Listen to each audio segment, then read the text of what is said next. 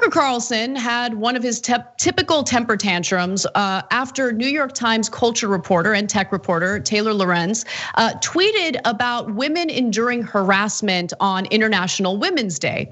Now, her tweet said this, and it seems pretty uncontroversial if you ask me. For International Women's Day, please consider supporting women enduring online harassment. It's not an exaggeration to say that the harassment and smear campaign I've had to endure over the past year has destroyed my life. No one should have to go through this. Now, pay close attention to that timeline there because she references something, and I wanted to learn more about what she's referencing. And I'm gonna give you all the details on that in just a moment. But before I do, here's Tucker Carlson losing it. The most powerful people claiming to be powerless. Taylor Lorenz, for example, writes for the New York Times. She's at the very top of journalism's repulsive little food chain. Lorenz is far younger than prominent New York Times reporters used to be. She's also much less talented. You'd think Taylor Lorenz would be grateful for the remarkable good luck that she's had, but no, she's not. Just this morning, she tweeted this, quote, "For International Women's Day, please consider supporting women enduring online harassment. It's not an exaggeration to say that the harassment and smear campaign I've had to endure over the past year has destroyed my life." Destroyed her life, really? By most people's standards, Taylor Lorenz would seem to have a pretty good life, one of the best lives in the country, in fact. Lots of people are suffering right now, but no one's suffering quite as much as Taylor Lorenz is suffering. People have criticized her opinions on the internet, and it destroyed her life. Let's pause on this International Women's Day and recognize that. You thought female Uyghurs had it bad. You haven't talked to Taylor Lorenz. Yep, she Taylor made all of those Lorenz claims. She didn't make. She said that she didn't say that she's suffering more than anyone else. None of that. She's just making a point about how harassment has impacted her and how, hey, maybe consider supporting women who have gone through similar things. It shouldn't be a difficult, controversial thing to digest. But of course, for people like Tucker Carlson, who was handed his wealth on a silver platter as like a Swanson heir, he has thoughts. Okay, this guy has thoughts on how powerful other people are, how talented other people are. I mean, homeboy can't have a single interview without looking as if he's the most confused person on the planet, okay? All he does is spread propaganda and ridiculous, pro-corporate, by the way, talking points, which is part of this story, and I'll get to that in a minute. But John, why don't you go off before I go off more? Well, first of all, I'm gonna say that I'm going to track down wherever that particular B-roll file is being stored, and I'm gonna delete it. And I'm gonna track down every copy that's ever been made. I'm gonna delete it because I don't want to see that anymore. But anyway, you rightly pointed out that of course he's what, 100 times wealthier than her, 500 times wealthier than her. But she's the luckiest. He hasn't been lucky. He wasn't just lucky to be born into a family that could provide him with everything he'd ever want. She's the lucky one. There's probably very few people watching this that watch Tucker Carlson because they like him. But if there's literally any of you there, were the things that he's saying actually reflective of anything she had said from the beginning of? Did she claim that she has it worse than the Uyghurs? Did she do that? Did she say that she has it worse than literally everyone? If Tucker Carlson is one of this. Hold on. Sorry, you mentioned the Uyghurs. Does anyone actually think that Tucker Carlson cares about the persecution of Muslims in China? You guys really think, does anyone actually buy that? Like, doesn't anyone get disgusted with the fact that these goons use humans as props for their little political talking points? And I'm sorry, John, I hate being interrupted and I interrupted you, so go ahead. You're allowed to, it's your show. Yeah, no, he might care 1% because the persecution is being done by the Chinese and he'd like a reason to hate them more, but that's probably the beginning and the end of his caring about it. Yeah, so he said that she is one of the most powerful people in the country. That was at the beginning of the segment. Do you need to watch any more than that? Is she one of the most powerful people in the world? What does that make him in that case? She does great work.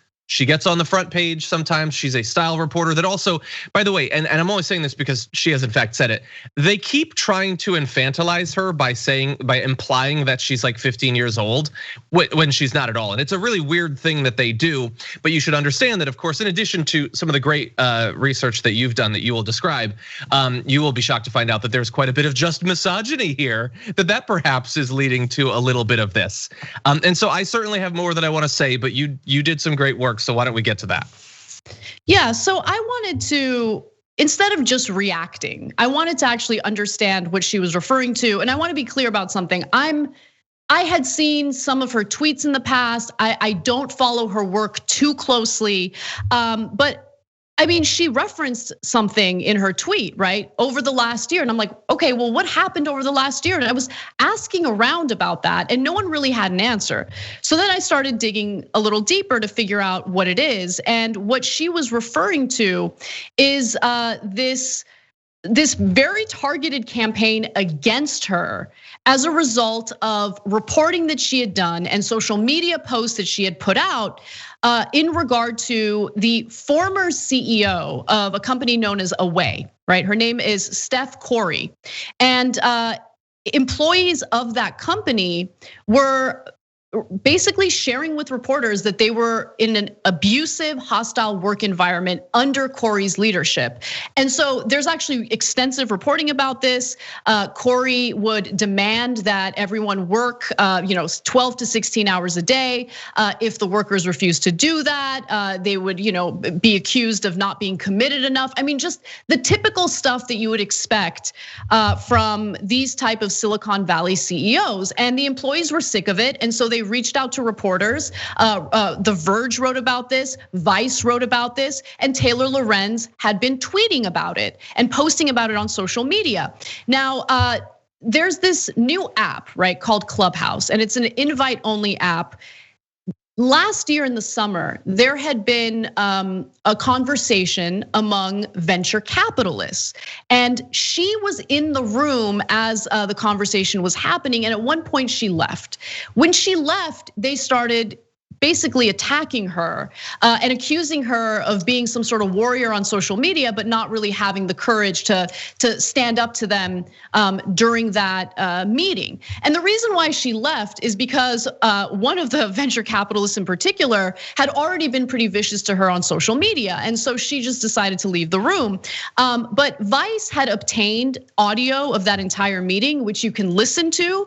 And the way that these venture capitalists make themselves out to be the victims, they were worried about cancel culture, right? Because this is what happened. There's this female CEO who's obviously mistreating her workers. It gets reported on, it spreads on social media. And all of these venture capitalists who are invested in companies that might also run into these types of issues are worried. So they're worried about cancel culture. They're worried about, maybe not getting the type of return on their investments that they would like as a result of CEOs being abusive to their workers, those stories getting reported. It's all out there, guys. All you need to do is scratch the surface and get off Twitter and stop listening to people who want to make everything about how, this is victim culture and this is cancel. Cancel culture is real. I've been critical of it. This is not an example of it. Let me give you more. So, by the way, Lorenz had claimed that people have attacked or attempted to hack into her accounts, to change her passwords, sent her vicious, disgusting threats, trolled her on Clubhouse by changing their profile pics to those of her public antagonists, and set up Twitter accounts to impersonate her. Listen, I've dealt with all of this, and I know what it's like to have a relentless hacker come after you and not give up. It's like whack-a-mole. I dealt with it in 2020. I had to change my phone number as a result. It's an isolating, awful thing to go through. You feel violated. Our entire lives are online. I was thinking about pictures of my nieces. I'm super protective of them. I don't want some terrible person getting a hold of it. I don't take nude pictures, don't take nude videos. There's nothing in my online life that's incriminating for me. But it's a feeling of being violated that's hard to describe to people who haven't experienced it. And you're worried about your bank accounts, all of that stuff. So I sympathize with her on that. But again, at the heart of this whole Taylor Lorenz, hate is the fact that she called out that female CEO. So following Lorenz's criticisms, Silicon Valley, venture capitalists have that meeting on Clubhouse, and now I go to Vice's reporting on it. They write that entrepreneur or businessman Balaji Srinivasan, several Anderson Horowitz venture capitalists and television personality Roland Martin spent at least an hour talking about how journalists have too much power to cancel people and wondering what they, the titans of Silicon Valley, could do about it. Audio of their conversation was leaked to Vice, and in Vice's report, the exclusive users of Clubhouse on the call seemed to conceive of themselves as humble citizens preyed upon by corrupted elites, cravenly lusting after money and power. This reached a bizarre apogee when Srinivasan boasted of standing up for the CEO of a scandal-plagued luggage brand, depicting her as all but powerless because of her relatively low Twitter follower count. And so they wanted to discuss ways to basically punish journalists who hold these types of CEOs to account. Nate Jones, for instance, who's one of the venture capitalists on that call, said this: how can there be accountability function that's impenetrable across all media that allows for that to happen, that pushback to happen without it being turned around, and can become some toxic thing where all types of power dynamics are being used and people have their weapons out? So again, like the whole point is, oh, this type of reporting hurt our friend who was forced to step down as co-CEO of this luggage company. What can we do about it? And by the way, Corey initially stepped down following an investigation by The Verge in December of 2019, which highlighted employee concerns over Corey's management style. Employees on the customer experience team felt particularly overworked and undervalued, and took issue with the way Corey spoke to them. And let me give you one example that was reported by The Verge. In one colorful anecdote, Corey told a group of customer experience employees she was going to stop approving their paid time off and work from home requests to teach them the skill of accountability. Everything on their Slack channel, by the way, was public and intentionally so, in order to, and all of their evaluations, all of the employees' evaluations were intentionally made public, which of course can be humiliating and awful. And so this is all being reported on. And these guys are livid about it. And so all of this stuff happening in response to Taylor Lorenz is fueled by this hatred toward reporters who hold people in positions of power and privilege accountable. And no one's like digging into that at all. Everyone's just making this about like cancel culture good or cancel culture bad. No, guys, there are powerful people behind this, and don't let them fool you. Don't let them manipulate you. That's exactly what's happening right now. But no, that couldn't be it, because Tucker's a populist and he wants to rein in the elites, especially the tech elites and all of that. So it couldn't be that, no.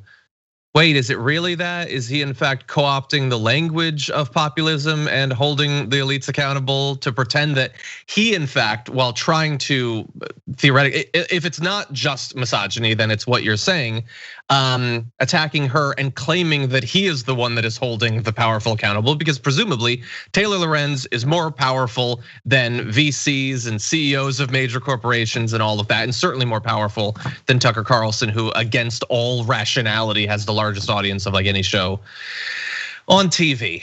The entire thing is just disgusting. And by the way, while we're rightfully focusing on him, he is not the only person that has like lost their mind about her and is just tweeting nonstop.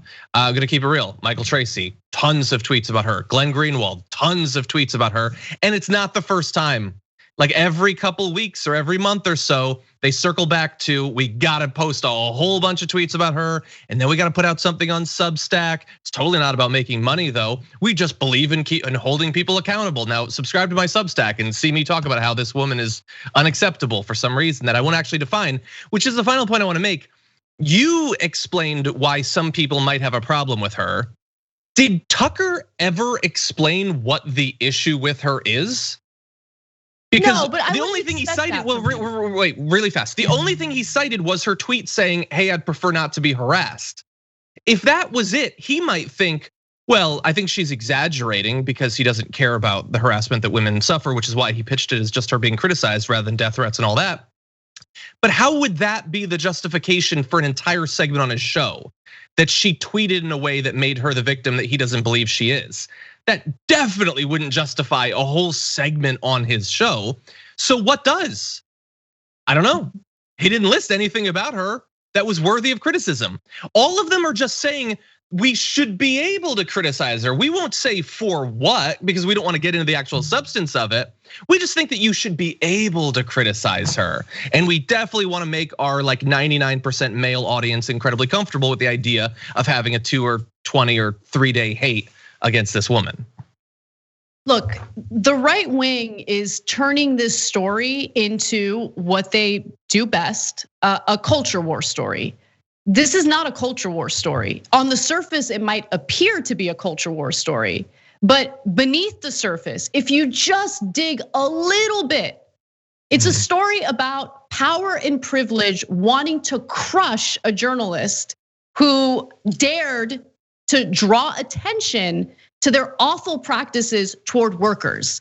And I'm gonna leave you with 2 quotes because it's important. And it comes from a former worker from Away. That was the company that that co-CEO had to step down from because she was so vicious to her employees.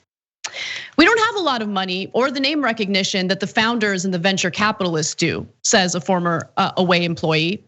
They added that no CEO, male or female, should be able to treat workers poorly, a reference to the argument that male leaders aren't held to the same standards. The CEO, the worker continues to say, got to where they were playing the game and now they're getting called out for mistreatment. So yes, for years, men have been doing the same things. But what makes it okay for men to do this? That was the girl boss promise, that women would do it better, but they didn't. And the biggest piece of irony here is that Steph Curry, the CEO, who had to step down from Away, complained that she was being unfairly targeted by journalists because she's a female CEO. Anyway, we are gonna take a break. Just be skeptical of narratives that come across on Twitter. Again, just do a little more digging and inform yourselves because you don't want to be manipulated by the very people that we're trying to fight back against. Thanks for watching The Young Turks, really appreciate it. Another way to show support is through YouTube memberships. You'll get to interact with us more. There's live chat emojis, badges. You've got emojis of me, Anna, John, JR. So those are super fun. But you also get playback of our exclusive member-only shows and specials right after they air. So all of that, all you gotta do is click that join button right underneath the video. Thank you.